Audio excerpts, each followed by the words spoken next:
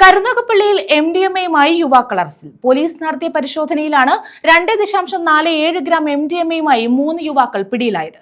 കരുനാഗപ്പള്ളി, കാസർഗോഡ്, ഇടുക്കി സ്വദേശികളാണ് അറസ്റ്റിലായത്.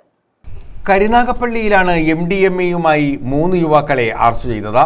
2.47 ഗ്രാം MDMA-യുമായി കരുനാഗപ്പള്ളി കാട്ടിൽക്കടവ് ഷമീസ് മൻസിലിൽ ചെമ്രി എന്ന് വിളിക്കുന്ന ഷംനാസ്, കാസർഗോഡ് തളയങ്കര ഐഷ മൻസിലിൽ മുഷീർ, ഇടുക്കി ചോറ്റുപാറ തൊടുകയിൽ വീട്ടിൽ അൻവർ ഷാ എന്നിവരെയാണ് കരുനാഗപ്പള്ളി പോലീസ് പിടികൂടിയത്. കൊല്ലം സിറ്റി പോലീസ് മേധാവി കിരൺ നാരായണന് ലഭിച്ച രഹസ്യവിവരത്തിന്റെ അടിസ്ഥാനത്തിൽ കരുനാഗപ്പള്ളി ASP അഞ്ജലി ഭാവനയുടെ മേൽനോട്ടത്തിലുള്ള ഡാൻസ് ഓഫ് സംഘവും കരുനാഗപ്പള്ളി പോലീസും സംയുക്തമായി നടത്തിയ പരിശോധനയിലാണ് ഇവരെ പിടികൂടിയത്. വിൽപ്പനയ്ക്കായി കാറിൽ കൊണ്ടുവന്ന 2.47 ഗ്രാം MDMA കണ്ടെടുത്തു. ബാംഗ്ലൂരിൽ നിന്നും സ്ഥിരമായി മയക്കുമരുന്ന് കടത്തിക്കൊണ്ടുവന്ന ആവശ്യക്കാർക്ക് വിതരണം ചെയ്യുകയായിരുന്നു ഷംനാസ്.